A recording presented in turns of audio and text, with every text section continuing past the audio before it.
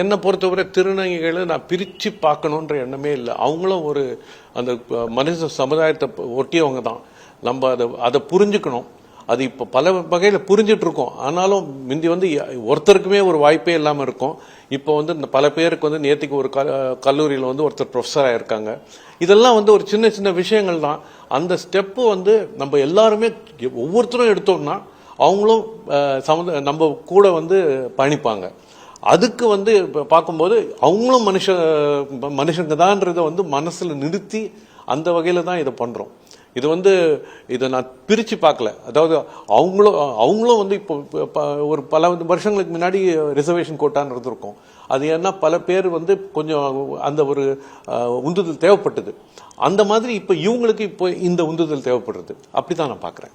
உங்க கல்லூரி ஆரம்பிக்கப்பட்டதோட நோக்கம் எல்லா பிரிவினருக்கும் கல்வி கிடைக்கணும் அப்படிங்கிறது. ஆமா. இதன் மூலமா அது சாத்தியமா இருக்குன்னு நினைக்கிறீங்களா?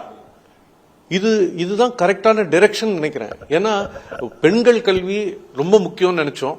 அது பண்ணிட்டு இருக்கோம். இத்தனை வருஷத்துல 78 வருஷத்துல பல பேர் நல்ல நிலையில இருக்காங்க.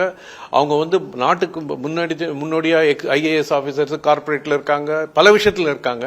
ஆனா இப்போ திருநங்கைகளுக்கும் அதே அவங்களும் ஈக்குவல்னு அந்த மனநிலையோட தான் நாங்க இவங்களை பாக்குறோம். இவங்களும் இப்ப கூட அதான் சொல்லிட்டு இருக்கோம். இவங்களும் வெளியே போய் பெரிய லெவல்ல பண்ணணும், கான்ட்ரிபியூட் பண்ணுவாங்க. அதுக்கு நம்மளோட பங்களிப்பு தான் இது. அடுத்தடுத்த ஆண்டுகள்ல திருநங்கை மாணவிகள் நிறைய மதிப்பெண்கள் பெற்றிருக்காங்க, இல்ல ஏழையா இருக்காங்க, படிப்பு தொடரணும்னா அது கல்லூரியை தொடர்பு கொள்ளலாமா? கட்டாயமா. அதாவது எங்களோட நீங்க பார்த்திருப்பீங்க, எல்லா விஷயமுமே ஒரு வருஷம் ஒருத்தருக்குன்னு இல்லாம வருஷம் பண்ணிட்டு இருக்கோம். எது நம்ம பண்ணணும், நல்ல விஷயம் பண்ணணும்னு நினைக்கிறோமோ அதே போல இந்த திருநங்கைகளும் வருஷம் அதே போல ஒரு நல்ல எண்ணத்தோட நம்ம பண்ணுவோம். பிளே ஸ்டோர் மற்றும் ஆப் ஸ்டோரில் இருந்து பாலிமர் செயலியை QR கோடு மூலம் பதிவிறக்கம் செய்யுங்கள். செய்திகளை உடனுக்குடன் பெறுங்கள்.